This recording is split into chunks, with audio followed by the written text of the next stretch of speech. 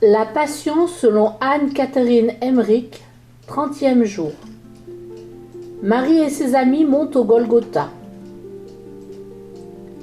Après sa rencontre douloureuse avec Jésus portant sa croix, la Sainte Vierge avait perdu connaissance. Les soldats les ayant chassés, ses compagnes Jeanne Chusa, Suzanne et Salomé l'avaient emportée avec l'aide de Jean et d'un neveu de Joseph d'Arimathie dans la maison qu'elle venait de quitter. La porte s'en était refermée entre elle et son fils bien-aimé. Quand elle reprit conscience, son amour, le désir ardent d'être auprès de son fils souffrant, de pâtir avec lui, de ne pas l'abandonner tant que tout ne serait pas accompli, lui insufflèrent une force surnaturelle.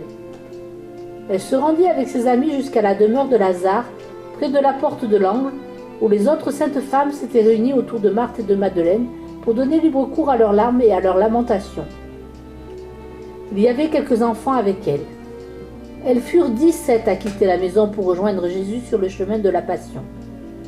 Elles marchaient, enveloppées dans leur voile, graves mais résolues, indifférentes au sarcasme qui s'élevait de la foule, bien rares car leur affliction et leur dignité forçaient le respect. Elles traversèrent le forum et arrivèrent à l'endroit où Jésus s'était chargé de sa croix. Ayant baisé le sol, elles continuèrent leur route à la suite de Jésus. Elles s'efforçaient de retrouver la trace de ses pas pour honorer plus spécialement chacun des lieux où il avait souffert davantage. Marie, qui sentait et voyait en esprit toutes ces choses, guidait ses compagnes. Chaque détail du chemin de croix s'imprimait en son âme. Elle en relevait chaque étape, en comptait tous les pas, en indiquait chaque incident. C'est ainsi que la plus bouleversante des dévotions de l'Église se grava en premier lieu dans l'âme maternelle de Marie, où elle s'écrivit en traits de sang en même temps qu'y pénétrait le glaive prophétisé par le vieillard Siméon. Elle la communiqua à ses proches, ceux-ci à leur tour la transmirent aux générations suivantes jusqu'à nous. Ce bien infiniment précieux que Dieu fit au cœur de la mère, elle-même le légua à ses enfants comme un don sacré qui passa de son cœur à nos cœurs pour prendre place dans la tradition de l'Église. Si on voyait les choses comme je les vois, on découvrirait qu'il n'est aucune tradition plus vivante et plus sainte que celle du chemin de croix. Les Juifs ont toujours tenu en honneur les lieux qui furent le théâtre d'événements dont la mémoire leur est chère, que quelque action sainte a sacralisé. Pour en conserver le souvenir, ils y dressent des pierres, s'y rendent en pèlerinage, y prient. De la même façon, la dévotion du chemin de croix n'est pas née d'un caprice, elle se fonde dans la nature même des hommes et s'inscrit dans les desseins de Dieu sur son peuple. Elle naquit du cœur aimant de Marie, la mère fidèle. Elle naquit pour ainsi dire sous les pieds de Jésus, au moment même où il parcourut le chemin de douleur. Le petit groupe des femmes arriva près de la maison de Véronique.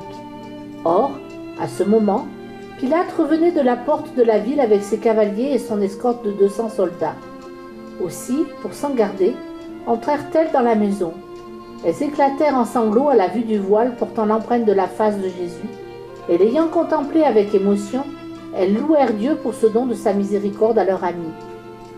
Elles prirent le vase rempli de vin d'épices que Véronique n'avait pas réussi à présenter à Jésus, et toutes ensemble se dirigèrent vers la porte de la ville pour gagner le Golgotha. Plusieurs personnes bien intentionnées, émues par le sort de Jésus, se joignirent à elles. Le groupe, plus conséquent que celui qui conduisait Jésus, si l'on en exempte la canaille qui l'escortait, passa avec une douloureuse dignité dans les rues. On ne peut exprimer les souffrances de Marie à la vue de ce lieu de supplice, sa déchirante douleur quand elle atteignit le sommet du mont Calvaire. Elle ressentait intérieurement les peines de Jésus, auxquelles s'ajoutait l'affreuse perspective de devoir lui survivre.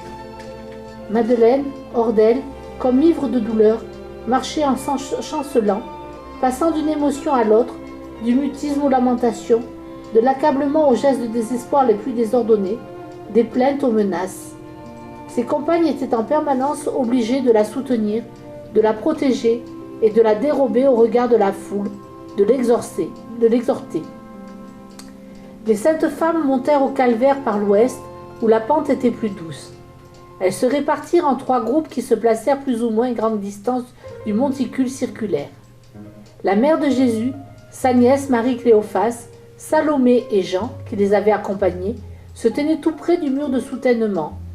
Marthe, Marie d'Élie, Véronique, Jeanne Chusa, Suzanne et Marie mère de Marc, entouraient un peu plus loin Madeleine qui était comme folle.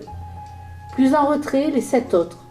Entre ces 3 groupes, des personnes compatissantes faisaient le va-et-vient de l'un à l'autre. Les pharisiens à cheval s'étaient dispersés eux aussi autour du monticule, tandis que des soldats romains montaient la garde aux abords des 5 chemins. Marie ne cessait de considérer l'endroit du supplice. Quel affreux spectacle pour elle que cette croix disposée sous ses yeux, ces marteaux et ces cordes, ces clous effrayants qu'apportaient les hideux bourreaux à demi nus, à moitié ivres, qui accompagnaient chaque geste de juron. Les 2 autres croix avaient été dressées, on allait les planter dans les trous préparés à cet usage, les stabiliser avec quelques pieux. L'absence de Jésus prolongeait le martyre de sa mère, elle le savait encore vivant et ne désirait autre chose que de le voir. En même temps, elle le redoutait, elle frissonnait, à quel tourment sans nom serait-il encore livré? Le temps.